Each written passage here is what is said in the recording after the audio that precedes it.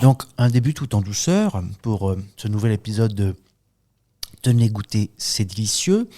Un début tout en douceur en ASMR, un début tout en solitude, puisque je suis seul aujourd'hui au micro, mais je ne vais pas tarder à être rejoint par mon compère, ma moitié, mon yang, si tant est que je sois le yin. Je veux bien évidemment parler de Fred Testo. Et c'est un début inhabituel car la signature, l'ADN de notre podcast, c'est le cri. Et aujourd'hui, nous voulons faire la moyenne, nous voulons nous rattraper. Et c'est la raison pour laquelle nous allons être tout calmes, tout sages. Je parlais donc de Fred Testo, qui actuellement est en train de terminer ce qu'on appelle un pipi. Voilà, et qui s'installe. Eh bien, je commence, Fred, parce que tu n'étais pas là. Et j'ai dit qu'aujourd'hui, on avait envie de commencer différemment dans notre fameux podcast qui s'appelle, rappelons, Tenez, goûter, c'est délicieux. Tout en calmitude, tout en sérénité, et un grand changement. Oui, c'est vrai. Aujourd'hui. Il y a eu un clash avant. Il y a eu un clash avant, donc on a besoin. Loïc, notre réalisateur, avec Chloé, la comme productrice. Toujours, et surtout avec presque Thomas, qui n'est pas là. Notre déjà, producteur. Gros clash. Et est-ce qu'il va y avoir un clash avec notre invitée? Pas impossible, car elle est en retard. Elle est en retard et... En revanche, son pain surprise est là. Voilà. Ce qui est assez marrant, c'est que... Pardon, qu'est-ce que tu dis, Loïc? On peut l'appeler. Alors, déjà, Loïc, j'allais dire quelque chose, tu me coupes la parole. Oui, voilà. Donc, je vais te demander de présenter tes excuses. Alors, les initiatives personnelles de la part des petites mains, pardon, mais dans quel monde déjà, vit-on? pourquoi ils ont retiré la grille? Il y avait une grille, Loïc, qui était dans une cage. C'était des barreaux. Pourquoi qui t'a sorti de ta cage? Hein? Enfin, Loïc. C'est insupportable. Donc, qu'est-ce qu'on fait? Est-ce que finalement, puisque cette émission, ce podcast n'a pas de règle, bien sûr, Jonathan. Est-ce qu'on se dirait pas, faisons fi de l'invité et passons directement au pain surprise? Parce que pour tout à chacun, dit elle est en retard, comment on va faire? Non, c'est un mal pour un bien. Mais oui. En fait. Alors rappelons évidemment, la promesse de notre émission, c'est de faire découvrir des gens qu'on aime. Hein. C'est pour ça qu'on dit tenez goûter, c'est délicieux, parce qu'on les trouve délicieux. Donc on vous les offre, on les partage avec vous. Et il y a ce fameux pain surprise qui est donc l'invité surprise de l'invité, et qui arrive à un moment pour découvrir une autre facette de notre invité. Invité surprise qu'on ne connaît pas, du reste. Non, bien sûr qu'on ne connaît pas. Et en général, l'invité appuie sur la sonnette, comme nous a fait justement remarquer Loïc. Et réflexe pavlovien, puisque tu viens d'appuyer sur la sonnette, eh bien, le pain surprise. Alors, c'est un début d'émission très différent. Alors, attention, jingle, Loïc. C'est le pain surprise!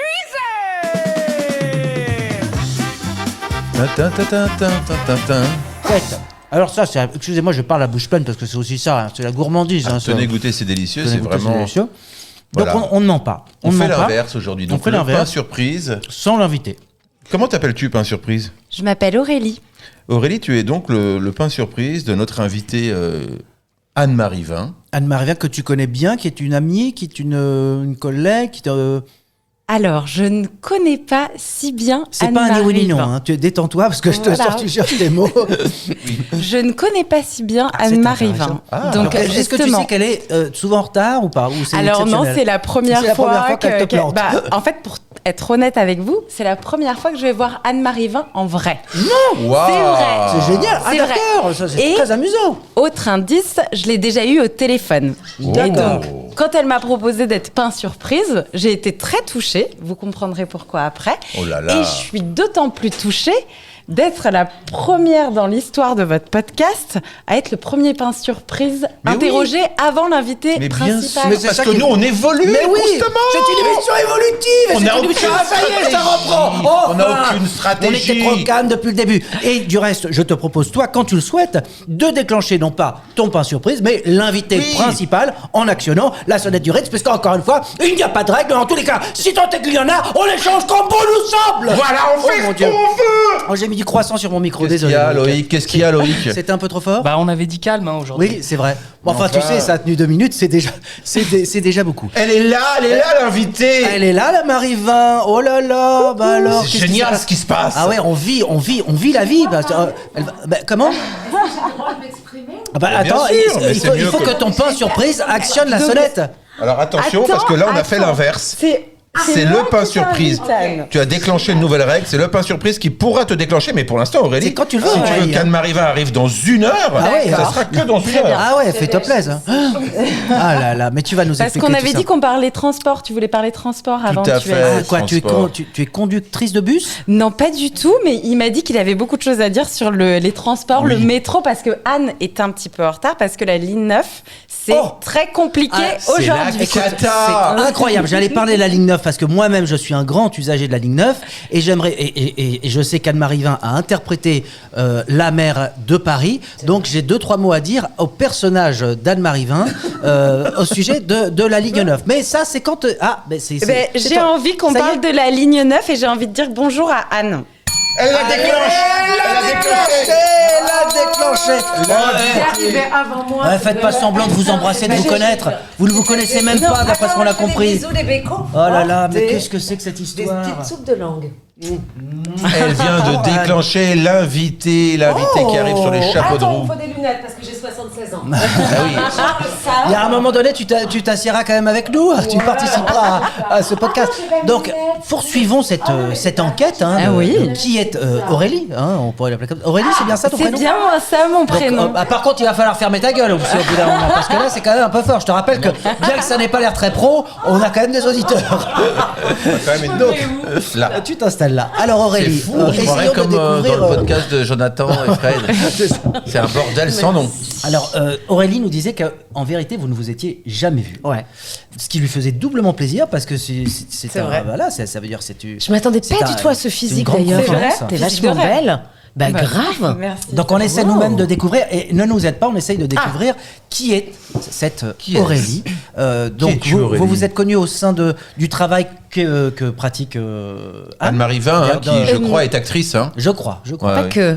En fait, c'est plus par mon travail puisque c'est moi qui ai contacté Anne via un autre humoriste qui m'avait dit mais appelle Anne. Tu es Tu as tueuse dit à un- gages. Tu tues des comédiennes. Elle non, a c'est dit ça viens un autre humoriste. Non. Donc serait-elle humoriste? Pas du tout. Je ne Non. suis pas humoriste. Et en fait, j'ai contacté Anne par un trait de personnalité qui la distingue, c'est-à-dire que c'est quelqu'un de très généreux et qui est une.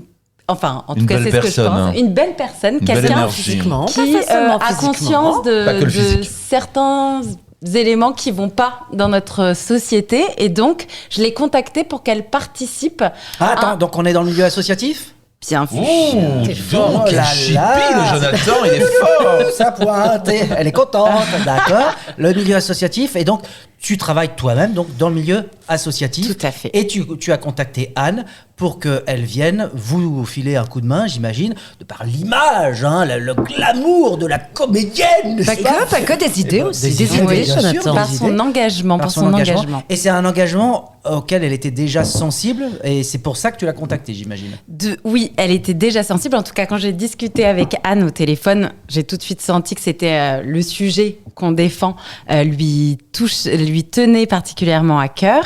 Et en fait, un autre humoriste m'a échangé avec Anne sur ces sujets-là et il m'a dit pour notre projet, mais propose-lui. Et Anne a dit oui pour notre projet. Anne a dit oui, donc ça veut dire qu'il n'y a pas que Jacques qui a dit. Il n'y a pas C'est que vrai. Jacques a dit, C'est vrai, il y a parce que Anne a dit aussi. c'est une idée. Donc nous ils sont sommes- deux. Donc nous sommes, ça y est, nous avons atteint l'acmé du suspense. Il faut maintenant révéler la chose. Quel est, nom de Dieu, cette association? Elle a un nom. Et quel est son enjeu? Quelle est sa mission? Alors, je travaille en tant que directrice adjointe de la communication de la Fondation pour le logement des défavorisés, anciennement Fondation Abbé Pierre. Ça vous biperait, hein, au niveau Très d'Abbé Pierre. intéressant. Ça y aura un Très bip. me l'enlève. Alors parce que là, Non, forcément, c'est ça ça lance qui est un débat intéressant. et c'est Bien ça qui est sûr. intéressant. Il faut en parler. Et- Redonnez le nom, Exactement. redonne le nom, le nouveau nom. Le nouveau nom, c'est Fondation pour le logement des défavorisés.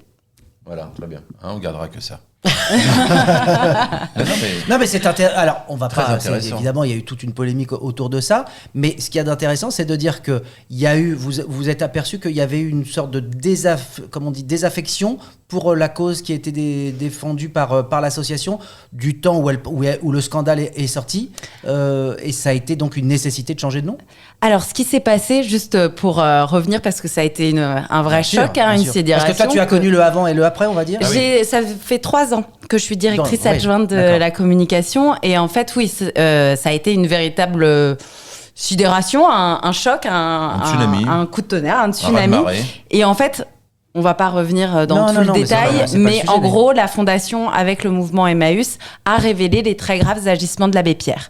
Ça a été en juillet 2024. À la suite de cette révélation, on a dit on va ouvrir une cellule d'écoute pour que d'autres personnes qui aient été victimes des agissements de l'abbé Pierre puissent se manifester. Ça a été le cas et en septembre 2024, un nouveau rapport mettant jusqu'à plus de 20 personnes, les personnes qui avaient été victimes des agissements de l'abbé Pierre. Donc là, à ce moment-là, pour nous, il a été essentiel de changer de nom, non seulement par respect pour les femmes qui avaient été victimes des agissements de l'abbé Pierre, voilà, pour leur dire qu'on les croyait, qu'on les respectait, mais aussi pour pouvoir la poursuivre en fait le Oui. combat Et d'ailleurs, de la fondation contre le mal logement, puisque la situation, Alors, on pourra en J'ai parler, trouvé que la est com était catastrophique. géniale parce que je crois que la signature c'était on a changé de nom mais pas de mission, c'est ça un truc comme Pas ça de combat, Mais pas de exactement. combat. Et je On a trouve que changé c'est de nom, pas de génial, combat. parce qu'il faut bien rappeler aux Parce gens que- effectivement que voilà, c'était tout d'un coup l'arbre qui cachait un peu la forêt. Ouais. enfin. Justement, la situation aujourd'hui en France,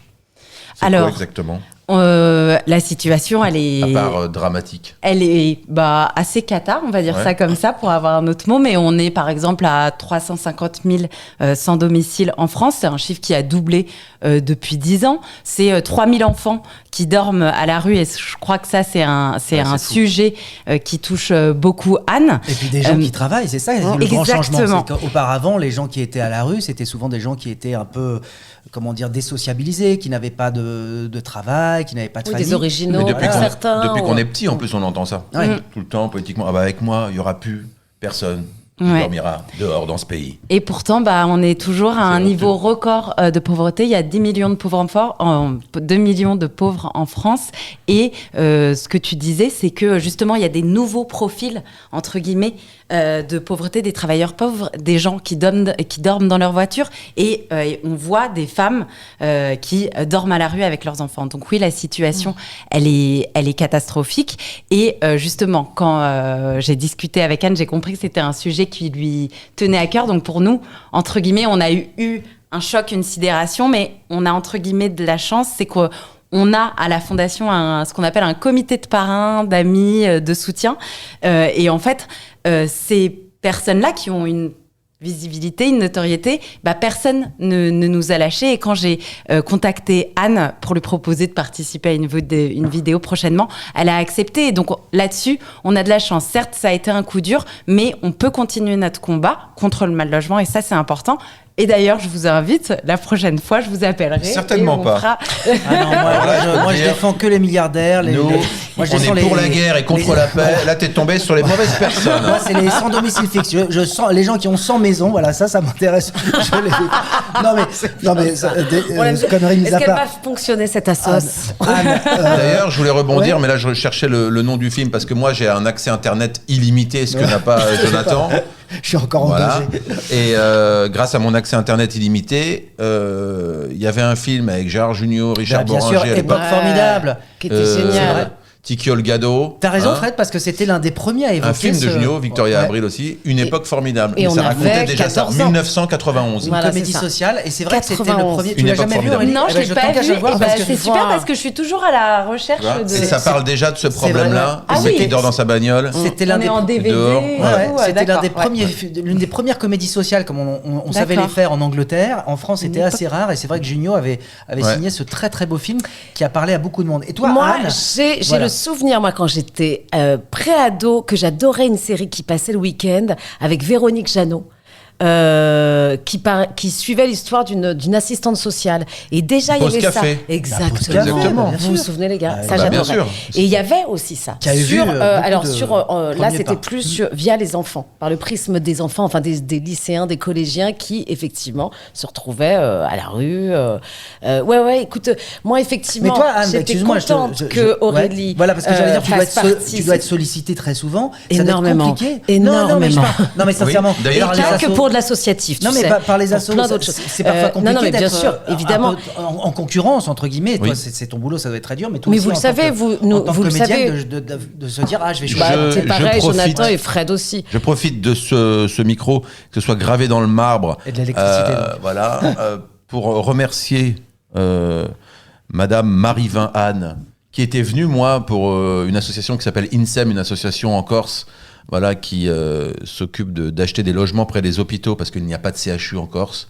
Et donc, tu es obligé d'aller te faire soigner sur le continent. Donc, c'est terrible et ça coûte une fortune. Et donc, cette association achète des appartements à côté des hôpitaux. Et Anne était venue faire ma partenaire qui veut gagner des millions.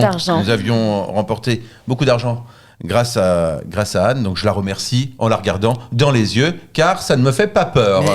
Je le vois. Combien de temps pour la remercier? C'était il y a combien de temps? Je l'avais déjà remercié, mais là je le redis encore parce que je la remercie au nom des gens de l'association et de tous les gens, parce que c'est évidemment, je ne suis qu'un maillon, on n'est que des bouts de chaîne. Humour zéro, je reprends mes abricots. Non, il n'y a pas qu'il y avait du second degré. Non, mais c'est fou, quoi. On fait une boutade. Mais enfin, tu me connais. Tu sais que de temps en temps, je dis des conneries. Faut pas le prendre au premier degré. Sinon, on arrête de travailler ensemble. Je trouve qu'il y a une ambiance quand même qui est assez déroutante. C'est bon, une ambiance délétère. Je ne sais pas ce que ça veut dire. C'est ce que j'allais dire. Mais je veux c'est à moi de parler, ça suffit maintenant. Nom de Dieu, les gars, là. Vous êtes déconstruits ou vous l'êtes pas? Complètement. Attention. Comme ce pain au chocolat. Alors, pourquoi j'ai voulu... C'est sublime, mais on est très bien reçus. C'est Chloé qui l'a acheté. Pourquoi ça me faisait très plaisir que mon pain surprise soit Aurélie. La Aurélie, on l'appelle. La Aurélie. C'est qu'il y a deux choses qui me plaisent. Bon, alors, évidemment, on ne peut pas rester insensible au fait qu'il y ait effectivement 4 millions de gens mal logés en France. Enfin, on est quand même un pays occidental où on est censé avoir de l'argent. On paye des impôts. Moi, je suis évidemment... toujours très heureuse de payer beaucoup d'impôts parce que ça veut dire que je suis une privilégiée, mais j'aimerais pouvoir savoir constater où va que les hôpitaux publics vont bien, que les gens autour de moi qui ont moins de chance vivent plutôt bien. Ce qui n'est pas le cas parce qu'effectivement, ça veut dire que potentiellement dans les écoles de nos enfants, il y a des enfants dont on ne sait pas qui, le matin, passent par peut-être la salle de sport pour prendre une douche et qu'effectivement, ils ont été ou hébergés ou ils sont dans des cabanes. Et ça, moi, ça m'est absolument insupportable. Il y a plein de choses qui le sont insupportables. Mais en tout cas, de savoir que dans notre pays... Le droit vital de se loger... Voilà, exactement. Ce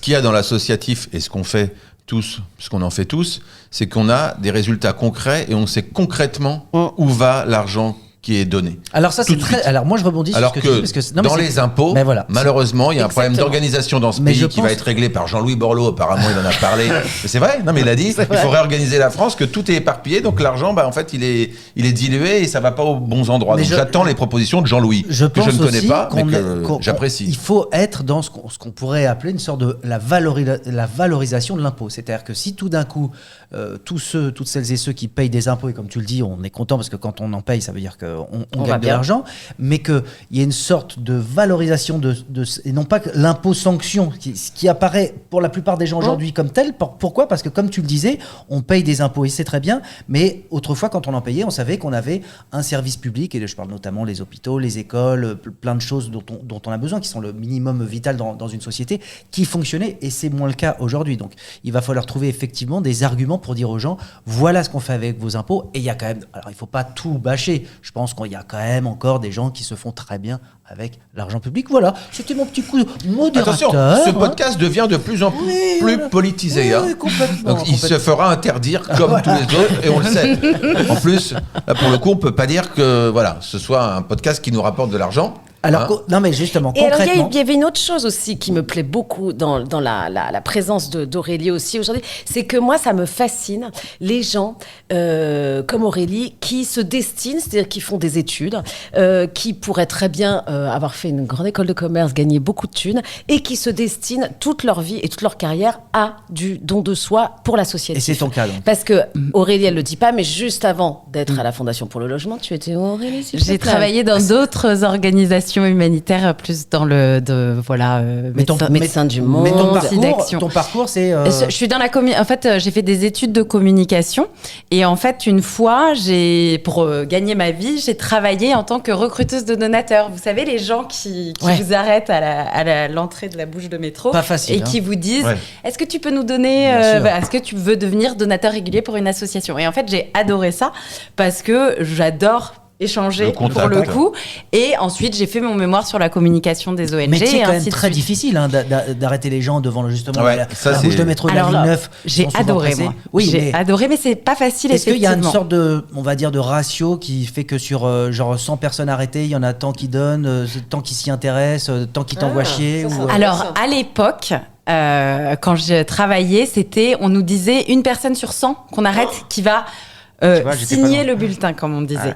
Et en fait, en gros, à la fin de la journée, on disait que si on avait effectué une bonne journée, c'était 6 personnes qui étaient devenues donateurs de l'association. 600 personnes Ouais. Et sur ces 6 personnes, est-ce que tu as eu l'assurance qu'ils allaient donner Ah ouais, quasi. ok. Après, voilà, il y a des gens, parce qu'on demande aux gens leur RIB pour qu'après le don régulier devienne automatique. Il y a certaines personnes qui n'ont pas leur RIB sur elles et on les rappelait.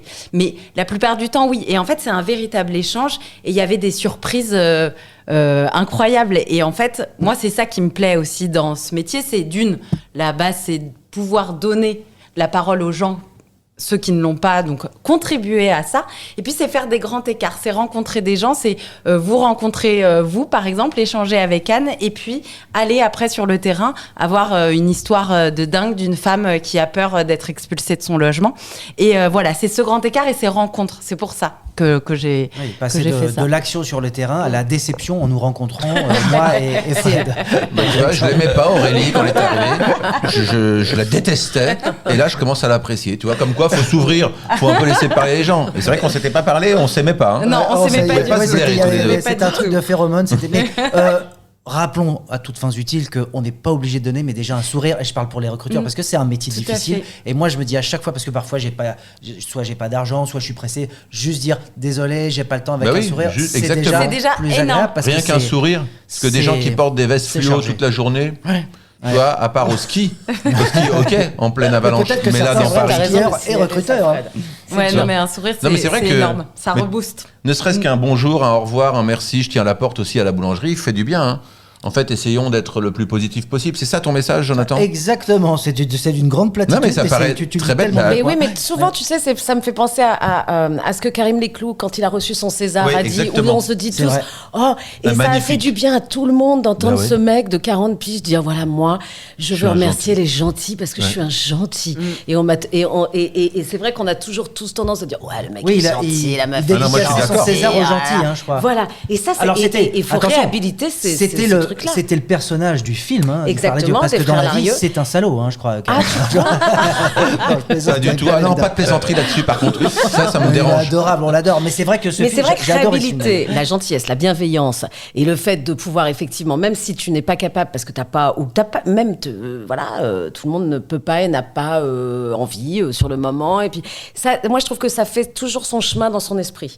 Là, il s'avère que c'est pour la Fondation pour le logement. Mais même d'effectivement, tu ne connais jamais la trajectoire d'un gars ou d'une femme qui fait la manche dans la rue. Et ne serait-ce que d'avoir juste un petit contact, de dire, ok, j'ai pas de thune, mais par contre, je peux acheter un croissant ou un truc là à la boulange, ou aller, c'est extrêmement important, quoi. Et puis parfois échanger, simplement aussi quelques mots, ça fait beaucoup de bien. Par exemple, est-ce que tu as vu le dernier film de Jonathan Lambert ? Est-ce que tu veux aller le voir ? Moi, qu'est-ce que j'ai inventé il y a déjà plus d'1 an et demi ? La chipie. Jojo la frite. Non, plusieurs Jojo choses. Fantasy. Mais notamment, oui, ça ça fait partie de ça aussi. Ça, c'est aussi ça. Il y a ça, et il y a aussi Bye Bye les méchants, coucou les gentils. Ça, c'est vrai. Ça, c'est la grande signature de Fred. Ça paraît. Tu vois, mais on se drogue à la vie. Exactement. C'est Jojo Fantasy. Et c'est ça, c'est le message. C'est le message qui continue. Tenez, goûtez, c'est délicieux. Parce que c'est important de le rappeler. Vous êtes combien à l'association à travailler ? Alors, on est 170 salariés environ, et puis il y a aussi 150 bénévoles, et on est présent sur tout le territoire via 9 agences régionales. Et alors justement, concrètement, comment ça se passe ? C'est-à-dire que des gens qui sont démunis viennent vous voir, ou parfois ce sont aussi des gens qui disent je sais qu'il y a quelqu'un qui est mal logé, ça peut être aussi ça, parce que il y a des gens, j'imagine, qui n'osent pas venir vous voir pour des questions ils vont considérer, comme on l'a entendu parfois le Resto du Cœur, je sais qu'il y avait des gens qui disaient j'ai mis beaucoup de temps avant de venir, mais vraiment là c'était genre, donc il y a aussi cette barrière là parfois. Après j'ai une autre question hyper intelligente, vas-y Aurélie. En gros, le combat de la fondation, c'est faire que toute personne puisse avoir un toit en fait au-dessus de la tête, de manière digne et durable, de manière durable, parce qu'un toit, c'est ce qui nous permet à toutes et tous, de pouvoir construire notre vie. En gros, si on n'a pas de toit, l'école, c'est compliqué, le travail, c'est compliqué, la santé, c'est compliqué. Et donc, la fondation, en fait, pour parler le plus simplement possible, on va faire de la réhabilitation de logements, de la rénovation de logements. Ah, aussi, on a aussi des accueils de jour, justement, pour les personnes qui n'ont pas de toit. Et donc, elles vont pouvoir prendre un café, se doucher, recharger leur portable, être conseillées juridiquement, socialement, pour aller vers les bonnes structures, pour ensuite leur permettre d'entrer, justement, d'accéder sur le long terme à un logement. Et puis la fondation, sa spécificité, c'est aussi de sensibiliser, donc via des actions de communication, des événements. Concrètement, comment ça se passe avec les politiques, votre rapport? C'est-à-dire que vous êtes c'est derrière des grilles, je pense. Non, mais j'imagine. Non, mais honnêtement, moi, je sais pas comment ça se passe. Vous sollicitez, par exemple, des rendez-vous avec des hommes politiques. Vous allez pas les draguer, mais tu vois ce que je veux dire. Est-ce que vous allez à l'Assemblée Oui, il y a des rencontres. La fondation, c'est pour ça, elle interpelle parce il y a des experts de la question du logement. Donc, on va pouvoir défendre nos idées. Et oui, il y a des rencontres. On a ce qu'on appelle la direction des études, qui est une direction qui va à la rencontre des politiques, qui produit des rapports. On a chaque année le rapport de l'état du mal-logement, qui est l'état des lieux qui est très de factuel. Voilà. Oui. Et à chaque année, il y a un focus qui est fait. Et oui, il y a des échanges, il y a des victoires qui sont obtenues. Et l'idée, c'est là, il y a un sondage qui est sorti qui montre que près de 50% des Français veulent la question du logement va importer dans le vote pour les prochaines élections. Bien sûr, donc, parce que c'est insupportable. On est fou. d'accord. C'est-à-dire que nous, en tant que citoyens, 3000 enfants qui dorment dehors. Où que tu sois, c'est insupportable de savoir qu'effectivement, c'est le b.a.-ba. Moi, j'ai la chance de ne m'être jamais posé la question de savoir où est-ce que j'allais rentrer depuis que je suis née. C'est dingue. On se rend pas compte de la chance qu'on a. Nous, on ne se rend même plus compte. Ça paraît totalement basique d'avoir un toit, comme tu le dis, Aurélie. Et surtout, moi, il y a un truc aussi, c'est tous ces logements à disposition là qui sont vides. Par exemple, nous dans Paris, on le sait. On sait qu'il y a énormément d'immeubles qui sont totalement vides. Il a été question à un moment donné qu'il y ait une loi où on n'a pas le droit de laisser un logement vide trop longtemps, sinon il doit être à disposition de gens justement mal logés. Oui, bien sûr, il y a des logements vacants et on pourrait faire que les gens les plus précaires habitent dans ces locaux, mais une des priorités quand même pour que qu'est-ce qu'on peut faire pour que ça aille mieux, c'est quand même la construction de logements sociaux. Oui, effectivement. Tu parlais aussi des logements sociaux, mais il y a aussi dans le long terme les logements sociaux qui ne sont plus dignes d'être des logements. Mais ça aussi c'est un autre problème, c'est-à-dire qu'il faut aussi s'assurer qu'il y ait une durabilité et un suivi, parce que on le sait, après il y a tout ce qui est les promoteurs, tous les gens qui vont aussi entre guillemets faire de l'argent, et après pourquoi pas, c'est très bien ce qu'on dit. Je capitalisme vertueux. Si ça permet à des promoteurs de construire des choses durables, tant mieux. Mais si c'est juste pour vite fait, mal fait, créer des logements. Et là-dessus, je disais, est-ce que vous pouvez aussi avoir un regard et orienter le débat? Justement, c'est un des combats, c'est on fait de la réhabilitation de logements, c'est-à-dire que il y a des habitats indignes et on participe justement à de la rénovation, puisque c'est essentiel aussi. Il y a on voit parfois dans les personnes qu'on accompagne des logements avec des moisissures, de l'habitat indigne. Ouais. Et c'est pareil, c'est ce que je disais. L'important pour nous, c'est que chacun ait un toit digne, durable, pour pouvoir reconstruire sa vie, puisque c'est ce qu'on appelle le logement d'abord. Le logement va être le socle qui va permettre de reconstruire. Mais Aurélie, est-ce que alors là, c'est vraiment le citoyen qui parle. Est-ce que l'initiative viendrait pas, peut-être, ça serait pas plus intéressant d'interpeller les privés? Parce que moi, j'avais vu un reportage à l'époque d'un mec aux États-Unis, je ne sais plus dans quel bled, il faudrait le retrouver d'ailleurs. Pardon, j'avale ma salive. Qui, lui, avait fait un calcul très simple, comme ils font souvent aux États-Unis, c'est d'abord l'argent. Le premier, avant tes parents, tes amis, c'est l'argent est roi, en numéro 1. Donc, il avait fait un calcul d'argent.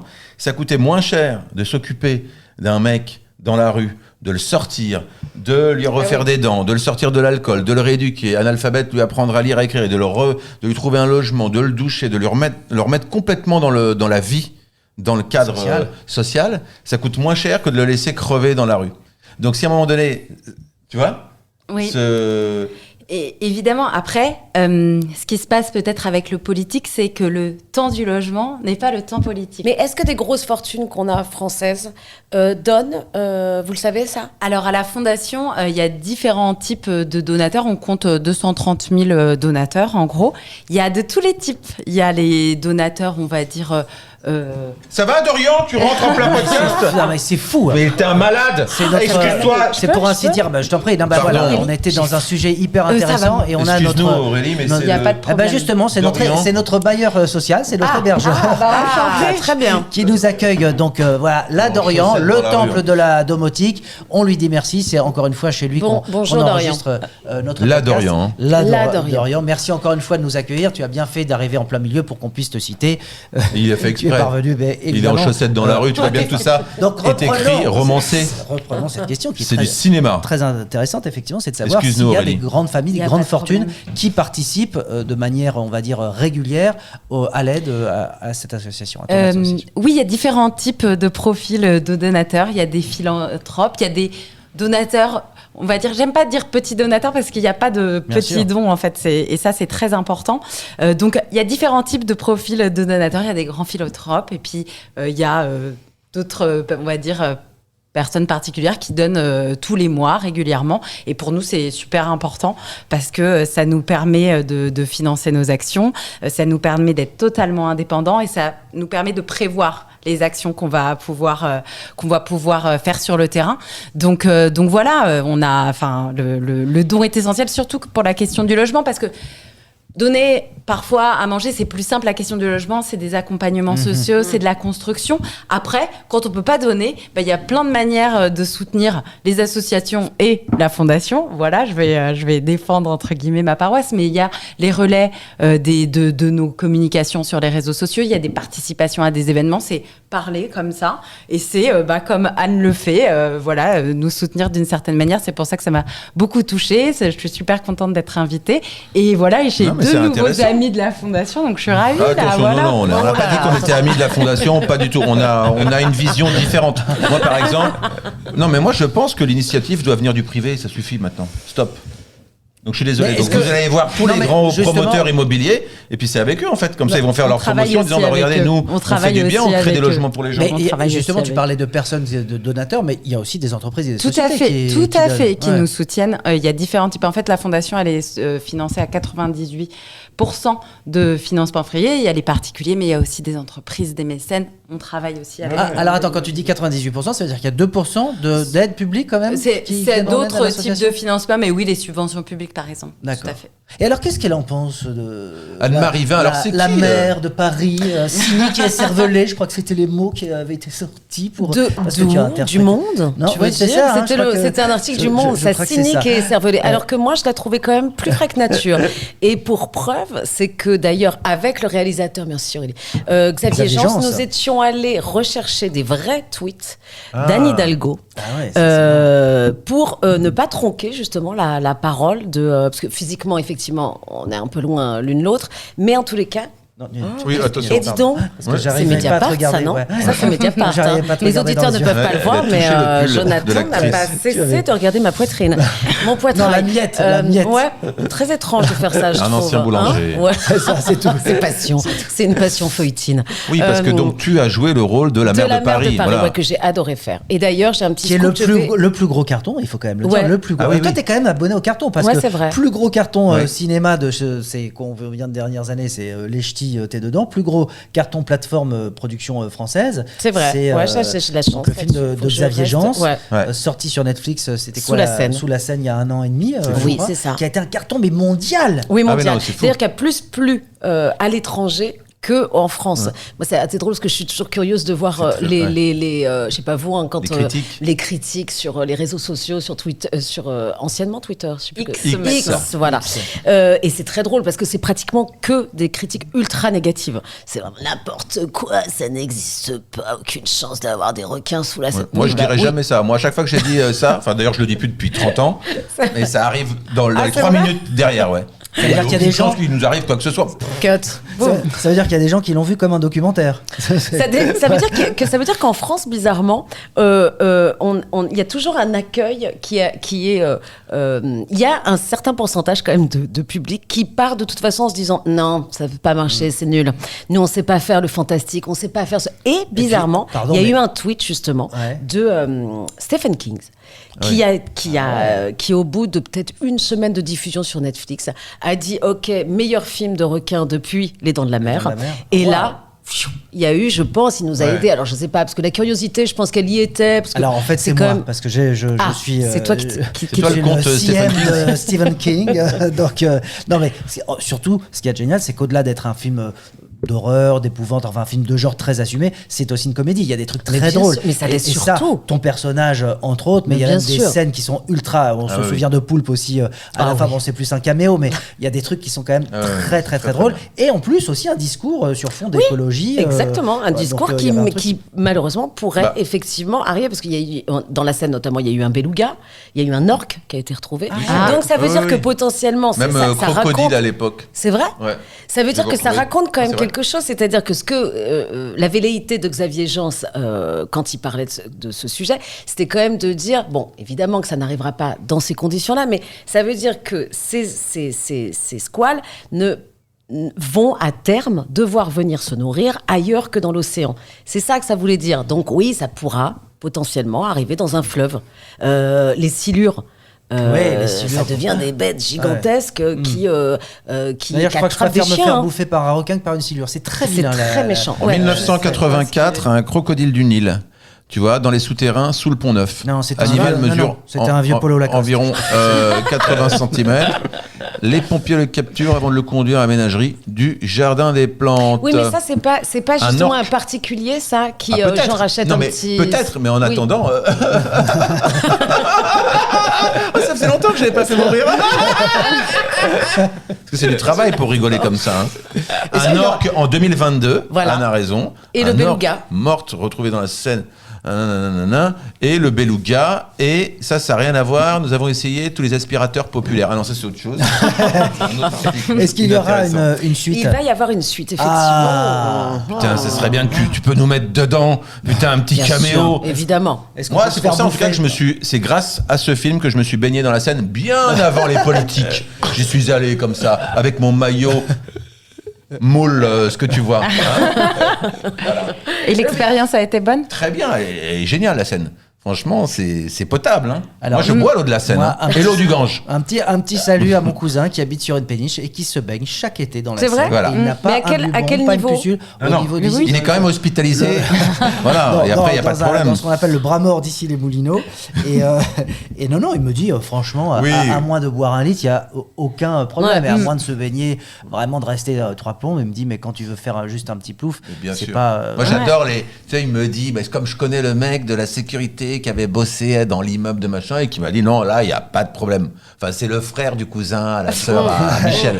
Non, c'est mon cousin. Je pense que tu dis n'importe quoi. Voilà. Je peux confirmer parce que j'ai nagé 2 km dans la Seine. À quelle occasion? Il y avait une course Open Swim Stars et j'adore nager. Mais donc, à Paris? Oui. C'était le week-end du 28 août. Et donc, on était 200 à nager dans la Seine. Bon, je n'ai pas été en combi. En combi. 2 kilomètres avec un scaphandre. Elle avait un scaphandre. 31 minutes, j'ai fait un temps de dingue. Ouais, j'étais très en forme. J'étais très en forme. Oui, je te l'avais fait. Non, bah oui, c'est ça. Mais j'étais très en forme ce matin-là. Je devais être un petit peu énervée peut-être. Mais il y avait les courants pour, parce que là, 30 minutes pour faire 2 kilomètres. C'était pas forcément... Il n'y avait pas beaucoup de courants, donc ça allait. Mais c'était super. Et donc pas de boutons, rien. Ouais, bah écoute...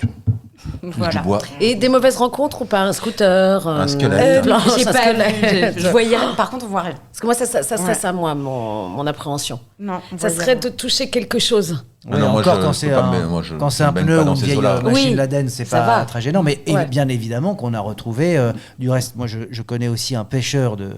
J'ai l'impression que tu mens beaucoup sur les gens qui connaissent. Non, je connais un pêcheur de Coquille Saint-Jacques. Voilà, Sébastien Setter, absolument. Je suis parti en mer avec lui du côté de Cherbourg et on pêche. Tu sais, on laisse on fait descendre les filets qui raclent.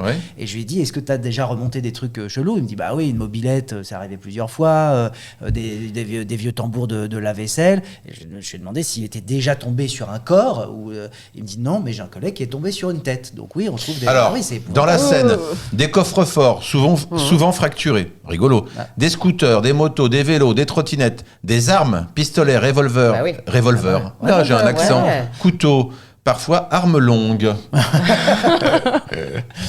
Des caddies de supermarché classiques, malheureusement, non, voilà, des fragments d'armure d'épée et de canon.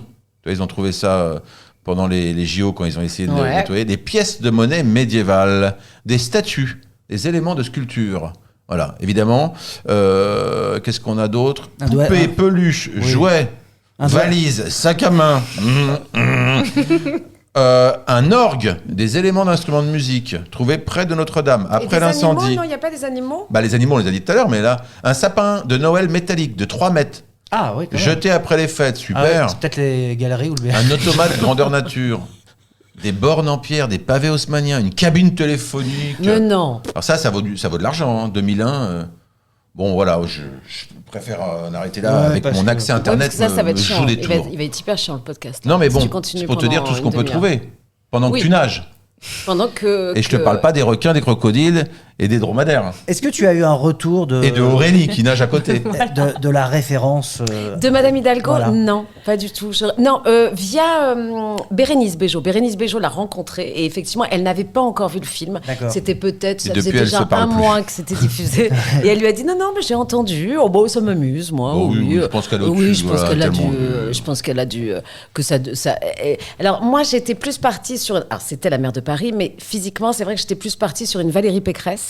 Parce que c'est une de mes passions de regarder Valérie. De toute façon, l'idée, c'était pas non plus de. Mais non, de faire évidemment, c'était pas un biopic d'Anne Hidalgo. C'était une mère, de toute façon, qui était. Voilà, exactement. Donc c'était un peu toutes les mères de Paris. Là, ça pourrait être très bien une Rachida Dati aussi, quoi. Et d'ailleurs, superbe coupe de cheveux. Mais oui. Très très bon boulot parce que ça je trouve que c'est bien sûr ça aide.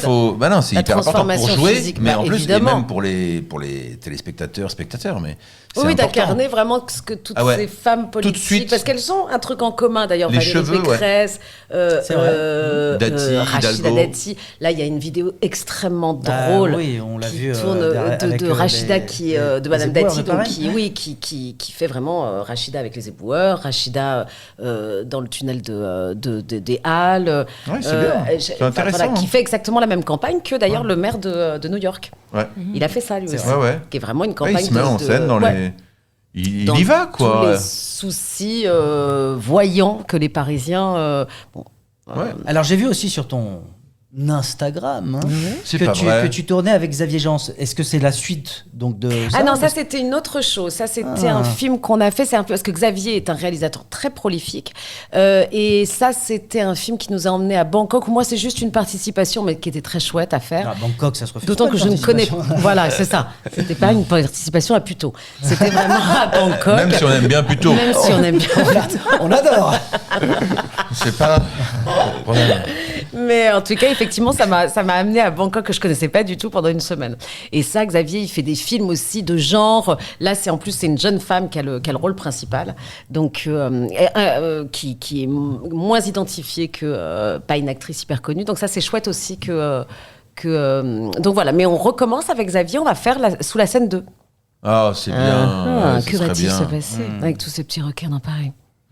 La fin était quand même ça va être compliqué parce que la fin c'était vraiment c'était quoi ce film américain là où New York est complètement immergé? C'est quoi, New York 97? Non, c'est pas je sais plus.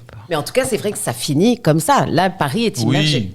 Oui, mais après, tu peux avoir un mec qui s'était endormi en regardant sur TikTok, qui avait un camion-pompe, et donc qui peut aspirer l'eau. Tu vois, moi, j'y crois tout de suite. Et hop, je suis dans le 2.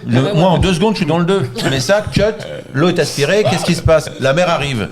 Branle-bas de combat. Coucou. Bye bye les méchants. Coucou les gentils. Non, mais tu sais, ce qui était drôle quand même à la sortie de ce film, c'est que Le Parisien, qui est quand même un journal, avait fait sa couve en mettant en comment dire, Mettons en avant, en une. En avant, merci. En Une interview d'un scientifique qui disait c'est totalement improbable. Et tu te dis, mais c'est fou quand même Et de attention, vouloir absolument ouais. aller contre une fiction. Personne n'a jamais dit. Et c'est un fait divers, c'est une histoire vraie. Et c'est vraiment cette volonté quand même, effectivement, C'est presque casser le rêve aussi. mais bien sûr. Bah Tu sais, Jonathan, et je le dis toujours, s'il y a bien un truc, moi j'ai aucun conseil à donner à personne, mais vraiment au premier degré. Par contre, il y a une chose, et je le dis quand je fais mes conférences au chapeau dans la rue, là en ce moment je suis sur Paris, donc profitez-en, vous allez me trouver au... Avant d'être à Puteaux, je serai à Puteaux, je serai à Lyon la semaine prochaine, et j'ai Grenoble et Mont-de-Marsan. Ça, j'ai pas encore été, parce qu'il faut un accord de la mairie. Je peux pas faire des conférences au chapeau comme ça, parce que moi c'est libre, hein. Chacun laisse ce qu'il veut, à manger une pièce, bref. Et je dis un seul truc, je dis attention au « c'est pas possible ». Attention à ce genre de phrase, c'est pas possible.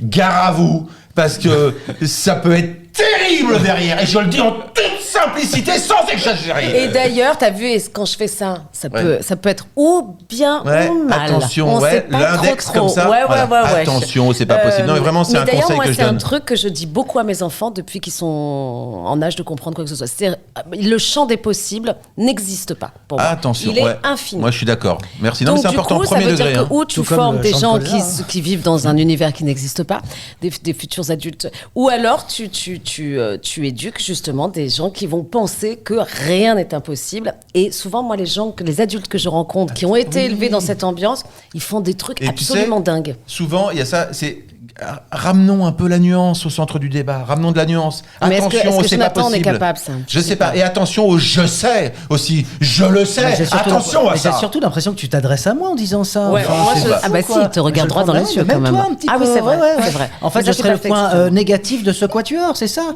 Eh bien, vous savez quoi ? Finissez le podcast sans moi. Très bien, puisque visiblement, je suis tout à fait dispensable. Eh bien oui, je suis premier degré aujourd'hui, mais tu m'as fait mal. Depuis le temps qu'on enregistre ensemble ce podcast où ça s'est toujours très bien passé, où certes tu as eu des mots difficiles parfois pour moi, mais finalement c'était le ciment de notre couple, parce que ça passait parfois par des moments de tension, et on a besoin de ça dans une histoire pour qu'elle soit forte, pour se relever. C'est ce qu'on appelle la résilience. Mais là, ça n'est plus possible, là, Fred. Là, ça n'est plus possible parce que tu m'amènes en bas, tu me pousses vers le sol, et avec ta grosse chaussure de golf, tu écrases mon visage au fin fond du caniveau. Donc merci, messieurs, dames. Votre serviteur vous souhaite une bonne fin d'émission. C'était tenez. Mais reste. Tu vois, on voit qu'elle bosse dans l'humanitaire parce que c'est la seule. Elle a une empathie très forte. Bon, alors, c'est la première fois que tu pars comme ça plus d'une seconde. Mais ça m'a fait du bien. Tu vois, j'ai pris l'air et pendant un moment, je me suis senti libre. Tout ça pour dire que finalement, c'est vrai, c'est un petit peu la fin de notre podcast. On est bien content de les recevoir les deux chiens. Et c'est passé à une vitesse. Oui. Pour vous, oui, mais pour moi, ça a été long.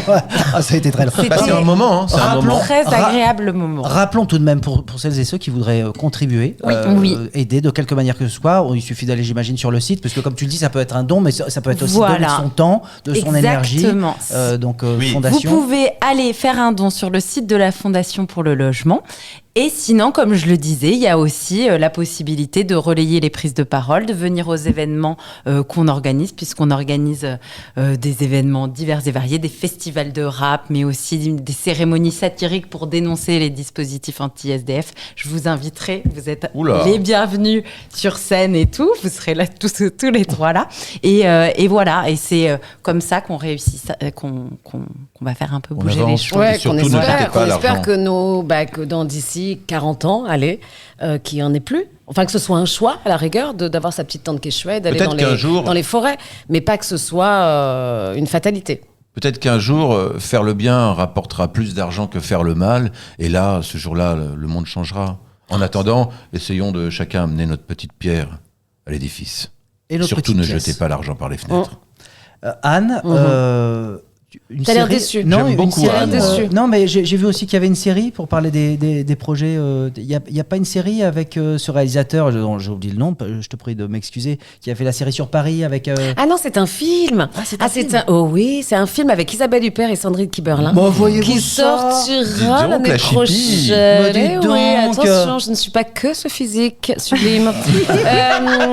Il s'appelle L'illustre inconnu, et c'est un film. J'ai adoré faire ce film. Quel beau titre. Faut pas que j'en dise trop. trop, mais c'est l'histoire de Corinne Maclou, qui est interprétée par Isabelle Huppert et qui interprète une figurante professionnelle. Oh, génial, ça donne envie. Ouais. Non, pipe pas mot. De plus, c'est ça. Pipe au mot davantage. Pipe au mot davantage. Donc, merci à vous d'être venus. On a une tradition dans ce podcast, c'est que ce sont les invités qui terminent, qui vous pouvez dire n'importe quoi. Qui rangent tout. Et pour ainsi dire, oui. C'est-à-dire que vous avez 1 minute pour dire ce que vous voulez sur nous, sur vous, sur. Moi, j'ai pas ça. Sur ce que. Attendez, attention, on n'est pas parti. Il faut vraiment que vous partiez. On l'écoutera. On vous remercie. On vous remercie. Bisous. Merci à vous. À tous les deux. Moi, merci. Pour la miette, Ah ouais, c'était bizarre ce que t'as fait, Jonathan, quand même. Ça, j'en parlerai à ta femme, quand même. Eh bien, moi, alors, faut qu'on attende qu'ils partent vraiment. Voilà.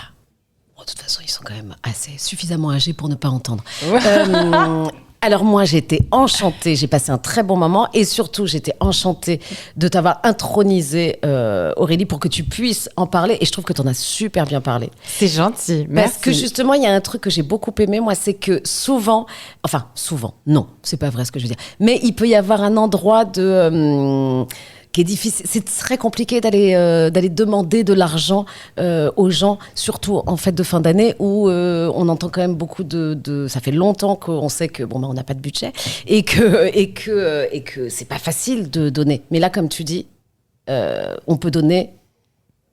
On peut donner, oui. Non, mais ce que je veux dire, c'est qu'on peut donner même une petite somme. Tout à fait. Même si Il n'y a a pas de petits dons et c'est essentiel pour nous puisque ça va nous permettre de mener les actions auprès des personnes dont on parlait. Où, comme je le disais, il y a plus de 10 millions. On est à près de 10 millions de pauvres. Donc, c'est vraiment... on n'a jamais atteint ce niveau de pauvreté. Ouais, puis ça fait chier quand même de continuer, nous, de vivre quand toi, tu manges matin, midi et soir et que tu as un toit sur la tête et de savoir que en sortant de chez soi, il y a des familles qui, eux, n'ont pas cette... en plus, j'allais dire, c'est un droit absolument... Exactement. Et c'est... Voilà, le toit, c'est l'avenir, en fait. C'est vraiment ce qui permet on cesse de le répéter, mais on essaye de le dire de différentes manières, mais c'est ce qui va permettre à chacun de pouvoir construire se reconstruire, redevenir être humain, entre guillemets, et de... la scolarité, le travail, la santé, la vie sociale, c'est vraiment à partir du logement qu'on va pouvoir y arriver. Donc, moi, j'étais super contente d'être invitée. Très chouette. Merci Anne. Merci franchement, Aurélie. C'était trop sympa de nous. Franchement, parfois, ils montent un peu dans les tours. Je sais pas, je connais pas leur intimité. Je ne sais pas. Il y a quelque chose à débloquer, je pense. Certainement. Mais on le fera pas. Non, on le fera pas pour ça. C'est une autre association. C'est ça. À bientôt. À bientôt et merci Anne. Tenez, goûtez.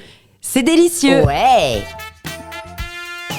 Et si vous êtes tombé amoureux fou de ce podcast au point de tout plaquer, votre boulot, votre famille, votre appart, pour ne faire que ça, que nous écouter, n'hésitez pas à le manifester en faisant quoi ? En distribuant des likes. Des likes, des bisous, enfin une manifestation quelconque, des cœurs. Ah oui. Sur les réseaux. Faut partager, faut retweeter, tu sais, machin, enfin tout ça quoi. Re-Instagrammer, re-TikToker. Enfin bref. Faut foutre partout, faut le balancer partout, faut en jeter sur les murs. C'est ça. Faut dire qu'est-ce que je crier les nos aime. noms partout dans la rue. Enfin voilà, dire que c'est génial. Parce que sinon quoi ? C'est important. Sinon l'algorithme ne marche pas. Il faut que ça se diffuse, Jonathan. Un bel FDP. Donc partagez. Tenez, goûtez, c'est délicieux.